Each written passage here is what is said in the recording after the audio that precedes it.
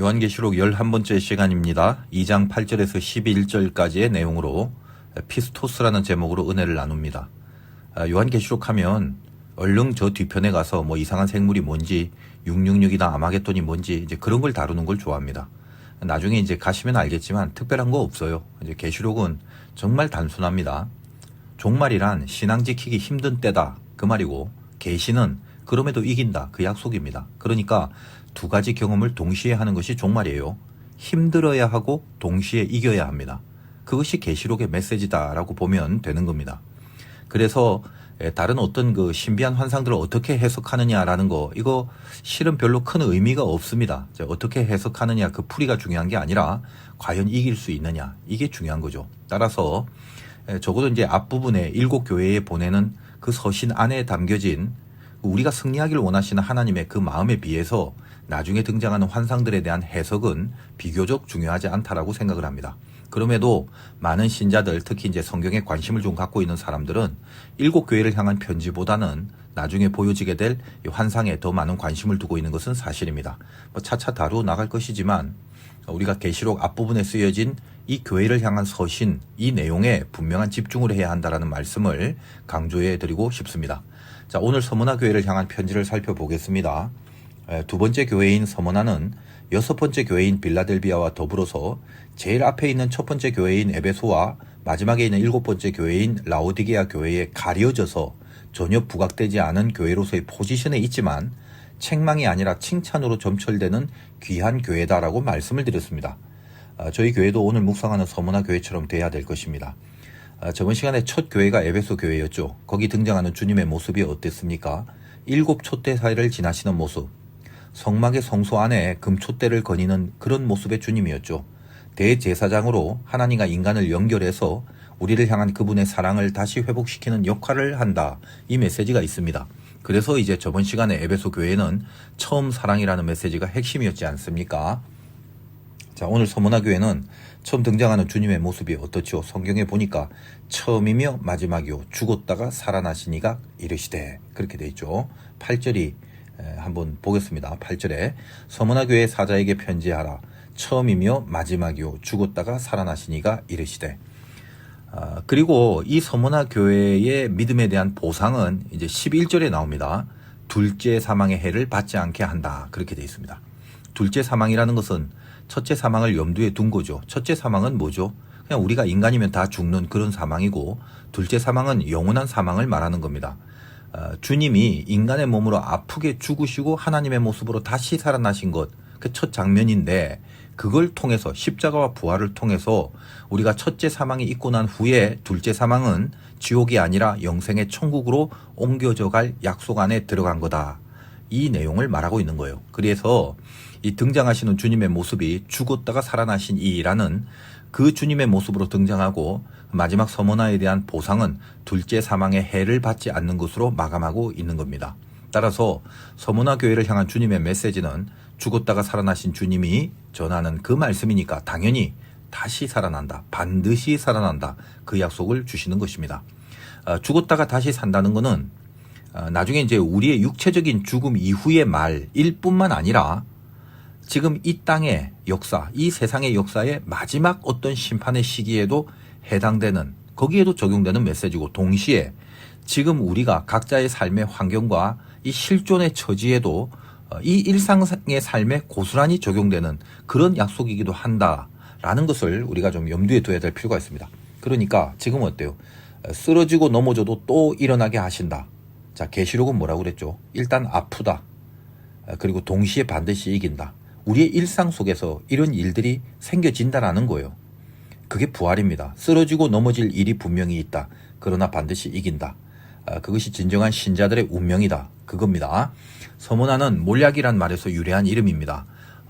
몰약이 뭐죠? 예수님 탄생 시에 동방박사들이 그 예물에 소개되어 있지 않습니까? 향료인데 이 몰약의 특성은 으깨고 짓누를수록 강한 향기가 뿜어져 나온다라고 합니다.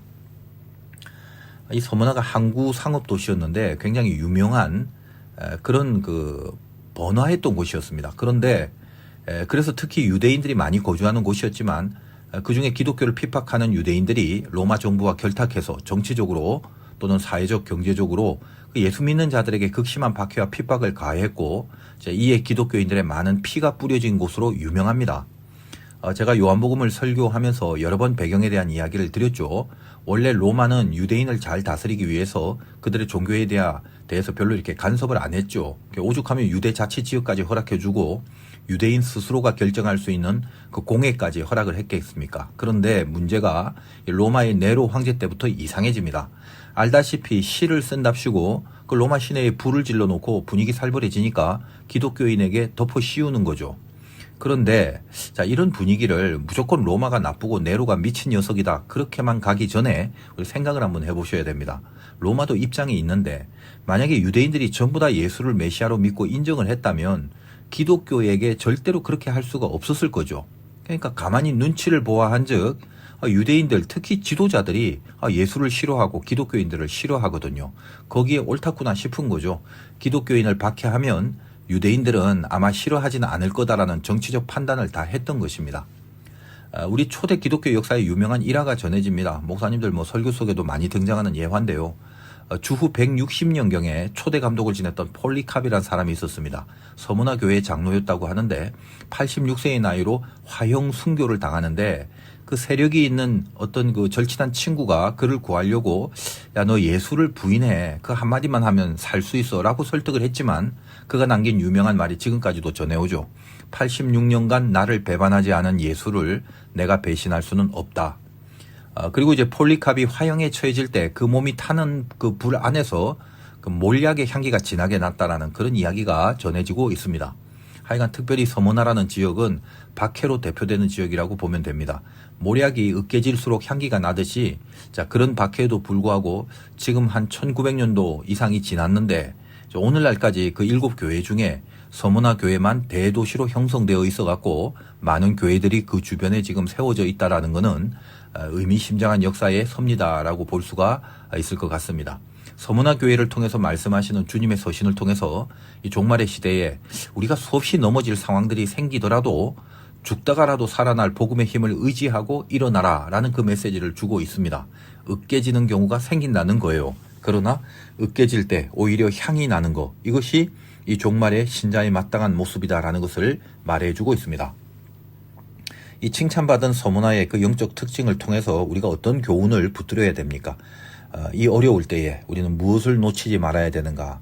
오늘 본문 가운데 두 가지를 살펴보겠습니다. 첫째는 실상이 부유한 자로 살아가라라는 말이에요. 자, 9절 보겠습니다. 내가 네 환난과 궁핍을 알거니와 실상은 네가 부유한 자니라. 자칭 유대인이라 하는 자들의 비방도 알거니와 실상은 유대인이 아니요 사탄의 회당이라.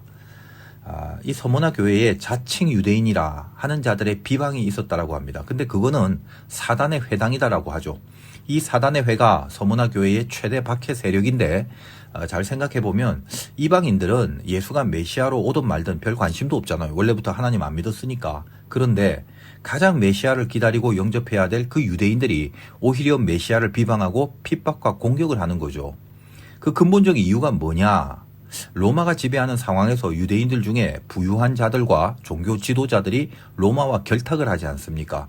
로마 입장에도 그들이 좋아하는 종교를 밀어주고 또 회유책을 펼치면은 그 로마가 정치적으로 내부적으로는 더 든든해지잖아요. 그렇게 결탁된 유대 종교 지도자들이 그들의 그 달콤한 지위를 버리기 싫었다는 겁니다. 그 기득권을 버리지 않았습니다. 세상의 부요함이 좋은 거죠. 이미 제가 요한복음에서 자세히 설명을 해드렸습니다. 자, 잘 생각해 보니까 예수님이 눈에 가시란 말이에요.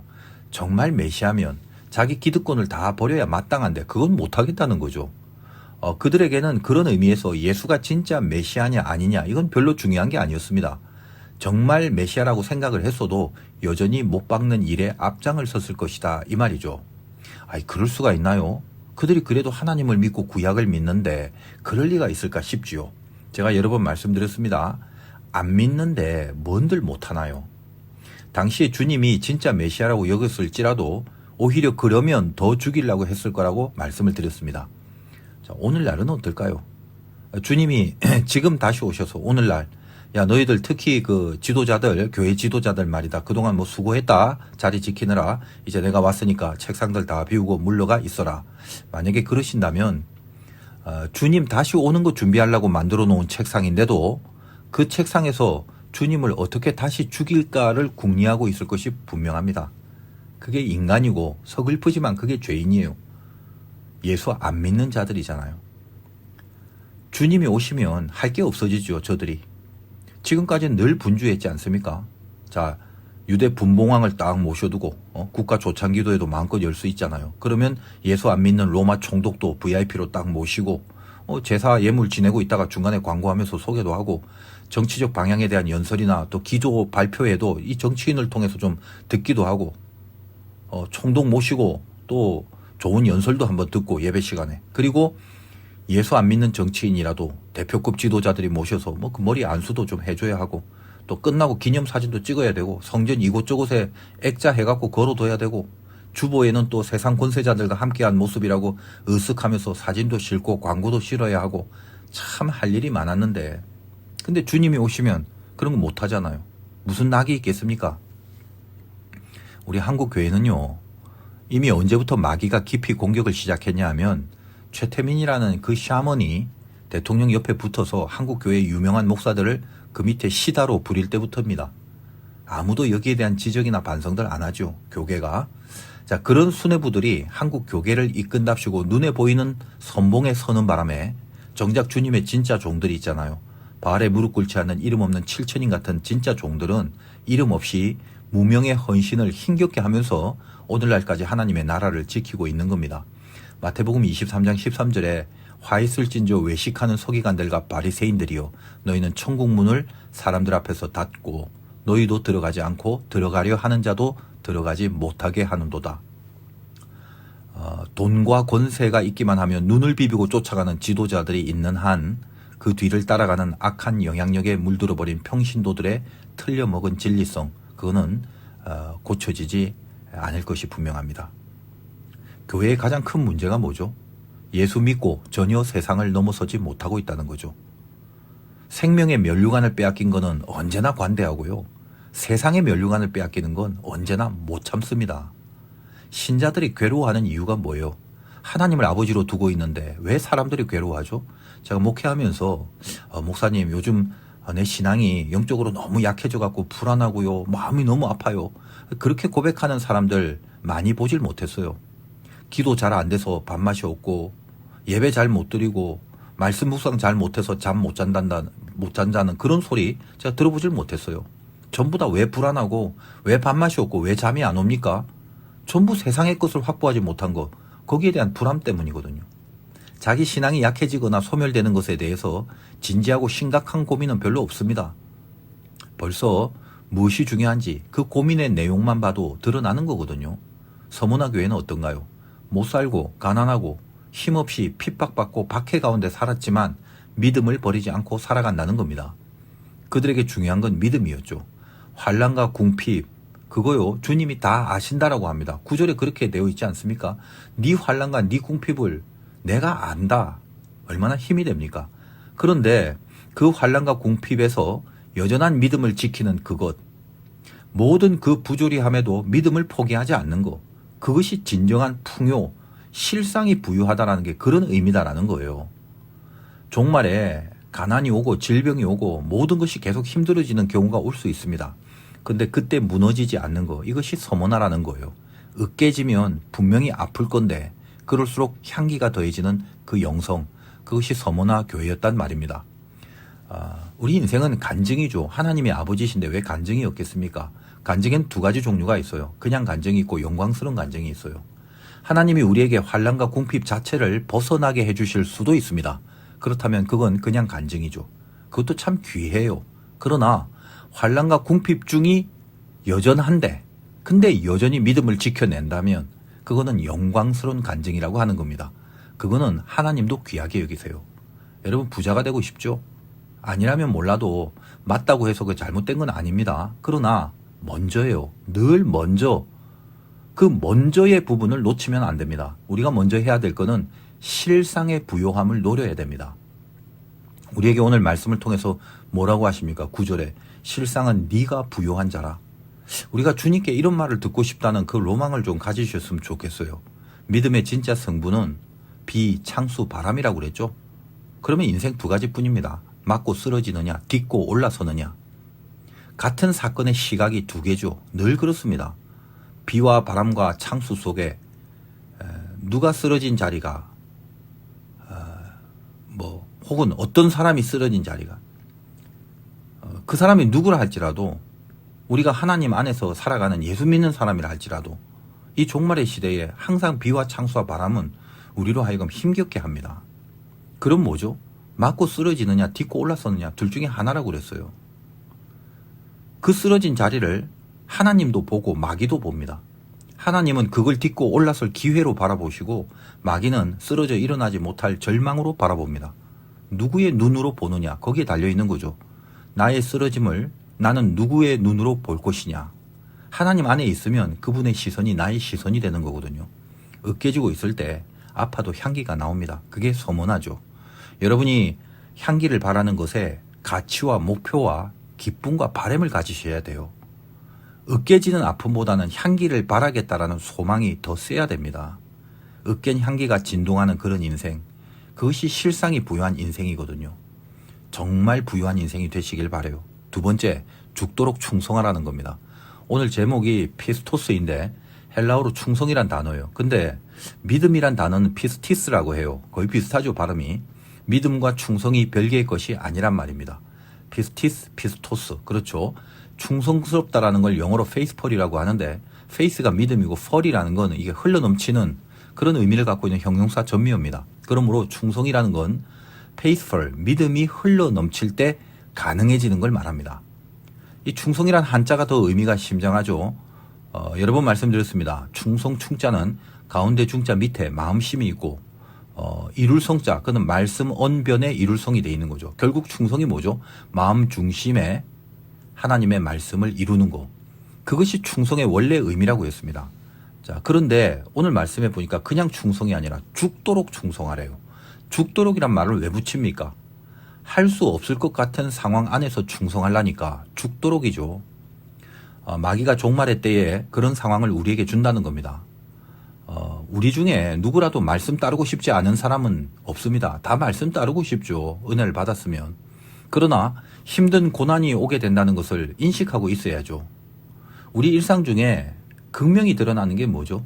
믿음으로 살고 말씀 따르려고 하면 벌써 이게 좀 어색해지고 그리고 뭔가 덜 섞여지는 것 같고 물과 기름처럼 그렇게 구별이 돼야 되는 어떤 심판대 위에 서게 되는 일들이 곧바로 우리의 일상 속에 생깁니다. 총체적으로 고난이 따라오죠. 자, 그럴 때 충성을 하는 자에게는 무엇이 필요합니까? 애초에 판단을 잘하고 있어야 된다는 거예요. 컨셉이 분명해야 돼요. 그 컨셉 분명히 못 잡으면 평생 시달립니다. 세상 앞에서 어정쩡하다가 본인도 헷갈리고 또 세상으로부터는 요령 피운다고 욕 듣고 괜히 자기 마음만 심란해집니다. 차든지 덥든지 하라고 하잖아요. 말씀 잘 지킬 수 있는 그런 여건을 주면서 충성해라. 그건 누구나 즐겁게 충성하죠. 그때 무슨 죽도록 충성하는 말이 필요하겠습니까? 말씀 잘 지킬 수 있는 여건 안 준다는 거예요. 우리의 충성은 늘 죽도록이라는 거, 그거 분명히 알고 있어야 됩니다. 그러나 그 죽도록 충성이 가능하게 하나님 편에서 어떤 힘을 주시는 조치가 있단 말이에요. 두려워하지 말라고 합니다. 10절 보세요. 너는 장차 받을 고난을 두려워하지 마라. 볼지어다. 마귀가 장차 너희 가운데 몇 사람을 옥에 던져 시험을 받게 하리니 너희가 10일 동안 환난을 받으리라. 내가 죽도록 충성하라. 그리하면 내가 생명의 관을 너에게 주리라. 그렇게 되어 있습니다. 자, 하나님이 다 본다고 그러잖아요. 마귀가 장차 할 일을 이미 하나님이 다 보신다는 겁니다. 시험 받게 할 일이 뭔지 모조리 다 하나님이 보십니다. 10일 동안이랍니다. 여러분 100이나 1000은 이렇게 많다고 여겨지는 것에 붙이는 숫자죠. 그래서 100부장, 1000부장 그럽니다. 상징입니다. 이 10이라는 것은 작은 숫자를 상징합니다. 여러분 다니엘이 그 환관장한테 채소만 먹고 열흘 동안 시험하여서 왕의 진미를 먹은 사람들하고 얼굴을 비교해 보라고 하죠. 그랬더니 채소만 먹은 다니엘의 얼굴이 더 좋아지잖아요. 바벨론의 우상들에게 물들지 않겠다라는 그 다니엘의 구별됨을 향한 의지가 드러난 사건 아닙니까? 풀만 먹은 사람하고 고기 먹은 사람하고 얼굴이 누가 좋나요? 당연히 고기 먹은 사람들 아니겠습니까? 뭐 요즘의 음식들이라는 거는 워낙에 칼로리들이 많아갖고 뭐 채소 먹는 게 더 건강하고 하다 뭐 그렇게 말을 합니다만 그래도 뭐 무조건 채소만 먹으면 이게 썩 좋지는 않잖아요. 뭐 이 저번에 이제 우리 교회 정 목사님이 병원 건강 검진에서 몸이 좀 안 좋다고 진단이 나와서 그날부터 바로 샐러드만 먹었습니다. 우리 이제 낮에 짜장면 시켜 먹으면 막 그 기름기 먹고 있으면 그 옆에 혼자서 샐러드 도시락 싸워갖고요. 탄수화물 하나도 안 먹고 늘 채소만 먹었거든요. 날이 갈수록 이렇게 살이 점점 빠지는 건 맞는데 그 얼굴에 그 핏기가 없어지고 뭔가 좀 얼굴빛이 상당히 불쌍해지는 거예요. 요즘은 이제 다른 것도 좀 먹고 그럽니다. 하여간 이 다니엘은 그렇게 세상과 구별하여 싸우면서 하나님 앞에서 자기를 지키는 그 기간, 그것을 10일이라고 하지 않았습니까? 그러니까 이 10일이라는 게 딱 열흘을 말한다는 의미보다는 더 깊은 영적 메시지가 뭐냐 하면 100일이나 1000일보다 작은 숫자라는 의미에서 하나님이 자녀들의 시험이나 연단 같은 그런 힘든 기간들은 가장 작은 단위로 설정을 하신다는 의미예요. 그리고 또 하나 10일이다라는 건 분명한 한계가 있다는 말이죠. 환란도 자체 한계를 갖고 있다는 거예요. 두려워하지 마라 그겁니다. 지속되는 환란, 끝나지 않는 환란, 영원한 환란 이런 거 없다는 거예요. 죽이려고 다가오는 게 아니라 시험하려고 오는 것이 그것이 핍박이고 박해지 않습니까? 고로 그걸 이기면 생명의 면류관을 준답니다. 그것이 둘째 사망의 해를 받지 않는다는 건데 마귀는 사망이 무기잖아요. 그런데 둘째 사망을 안 받는다는 것은 이제 더 이상 사탄의 지배와 통치를 안 받고 거기서부터 벗어난단 말이죠. 마귀가 건들지 못하게 된다라는 말을 의미하는 것입니다. 우리 마지막은 승리입니다. 그래서 늘 승리는 최후 승리의 준말이라고 그랬죠. 지금 당하고 있는 거 그건 뭐죠? 죽도록 충성하게 만들기 위한 간섭이라는 거예요. 열흘 동안만 당합니다. 영적인 한계, 그 영적인 정해진 기간, 그 기간 안에만 당하는 환란입니다. 죽이려고 보내는 시간이 아니라 시험을 받는 기간이라는 거예요. 그러면 시험에서 통과해야죠. 최후 승리를 믿고 가는 것밖에 없지 않습니까? 인간의 운명이라는 게 두 가지 중에 하나예요. 하나님 안에서 형통하냐 아니면 하나님 밖에서 죄냐 그겁니다. 우리는 형통해야죠. 형통할 것을 약속받고 살아가는 사람들이 하나님의 자녀 아닙니까? 근데 형통은 뭐라고 했습니까? 찰라흐라는 히브리어 뚫고 지나간다는 그런 말이 했습니다. 뚫는다 힘이죠. 지나간다 방향입니다. 그러니까 하나님의 인도하심이 결국은 형통이거든요. 그 안에서 힘과 방향을 써야 될 부분 여러분 명심하시기 바라요. 인도하심 속에 있다는 것은 무엇으로 확증하냐 하면 형통함으로 확증해야 합니다. 다시 말해서 어떤 방향으로 힘을 써야 되는 그런 일이 생긴다는 것입니다. 형통의 의미가 그거거든요. 이 형통의 대명사인 요셉을 한번 살펴보세요. 이해를 하려면 창세기에서 요셉에게 형통하다라고 진단을 내린 순간은 아버지 밑에서 편하게 있을 때나 총리 시절에 떵떵거릴 때가 아니었습니다. 요셉이 노예 생활할 때 하고 감옥에 있을 때 그때 성경은 요셉에게 형통하다라고 했습니다. 그렇다면 요셉은 뭔가 어떤 방향으로 힘을 썼던 찰나의 순간들이 있었단 말이에요. 언제가 하이라이트인가요? 보디발의 아내의 유혹을 물리치려고 옷을 버리고 나갑니다. 버리고 나간 거 그것이 힘과 방향이죠. 버리는 게 힘이고 나가는 건 방향 아닙니까? 밖으로 나가는 거. 요셉은 그의 인생에서 상징하는 옷이 세 벌이 있었어요. 어릴 때 아버지가 입혀준 채색 옷, 그리고 유혹을 물리치면서 벗은 자기의 옷, 그리고 나중에 총리가 돼서 입은 세마포 옷입니다. 어릴 때 채색 옷하고 총리가 돼서 입혀진 세마포 옷은 그 입는 모습이 수동태죠. 자기가 입은 것이 아니라 입혀진 것입니다. 그러나 가운데 자기 옷, 이건 능동태죠. 자기가 자기 힘으로 벗어 던져버리고 밖으로 나간 겁니다. 제가 이 비유를 보통 출애굽과 광야와 가나안으로 나누어서 설명을 많이 해드립니다. 홍해바다를 걷는 것도 하나님이 해주신 거고 가나안에서 이기게 해준 것도 하나님이 해주신 겁니다. 그러나 가운데 광야에서는 자기 옷을 자기 스스로 벗어 던져 밖으로 나가는 힘과 방향에 대한 자기 의지를 발휘해야 될 기간이 있다라고 제가 말씀을 드렸죠. 요셉에게 있어서 벗어 던진 자기 옷, 이것이 요셉의 형통함의 그 힘을, 그 방향을 발휘했던 순간이 되는 것입니다. 안 그래도 형들에게 죽음 당할 것을 천신만고 끝에 피해서 남의 집 노예로 생활하는 기간 중에 안주인의 말 한 번만 들으면 인생이 보장될 수 있었을 것인데, 근데 거기서 요셉은 형통을 선택합니다. 자기 힘을 옳은 방향으로 쓴 거죠. 그것이 찰나입니다. 채색 옷도 하나님의 섭리 가운데 있었고 세마포 옷도 섭리 가운데 있었습니다. 그것은 입은 옷이 아니라 입혀진 옷이었습니다. 그러나 그 인도하심 중에 자기가 자기 힘으로 형통을 선택한 자기 옷이 있는 겁니다. 요셉이 자기 옷을 자기 스스로가 벗어던지고 나갔을 때 하나님은 요셉에게 얼마나 진하고 아름다운 몰약의 향기를 맡으셨겠습니까?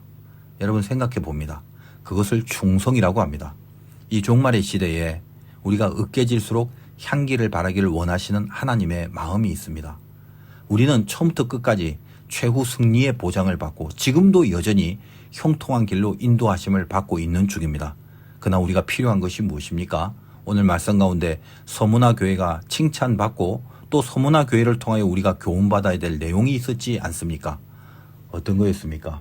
실상이 부유한 자, 세상이 부유한 자가 아니라 실상이 부유한 자, 그리고 죽도록 충성할 수 있는 자. 이것이 하나님의 형통한 섭리의 길로 인도함을 받아 누리는 신자들의 마땅한 도리이고 책임이고 사명일 것입니다. 우리 화도교회 성도님들은 이 실상의 부유함과 죽도록 충성할 수 있는 신자들이 다 되어주시기를 주님의 이름으로 축원드립니다. 잠깐 기도하겠습니다. 하나님, 오늘도 가정에서 또 자기 처소에서 주님 앞에 예배를 드리며 기도를 합니다. 사랑하는 화도교회 성도님들 모든 가족들 머리털 하나 다치지 않고 아프지 않도록 건강하게 보존하여 주시옵소서. 이제 이렇게 늘 모여서 찬양과 말씀과 기도를 할 때마다 우리 모든 가정들이 하나하나가 다 거룩한 주의 성소가 되어질 수 있도록 은혜를 내려 주시옵소서. 속히 이 땅의 많은 문제들 주님의 긍휼과 자비와 또 하나님 베푸신 섭리 가운데 모든 것들이 속히 잘 돌이켜지고 또 하나님 앞에 바로 돌아설 수 있는 은혜를 주시어서 주님이 모든 재앙들 거두어가는 날이 속히 올 수 있도록 도와주시고 함께하여 주시길 간절히 원합니다. 오늘도 기도할 때에 주님이 임재하여 주시사 모든 가정의 형편과 처지를 아시는 하나님이 저들의 운명과 앞길이 형통할 수 있도록 도와주시옵소서. 예수님의 이름으로 기도드리옵나이다. 아멘. 우리 각자의 형편과 처지에 맞게 우리 기도하고 마무리하시기 바랍니다.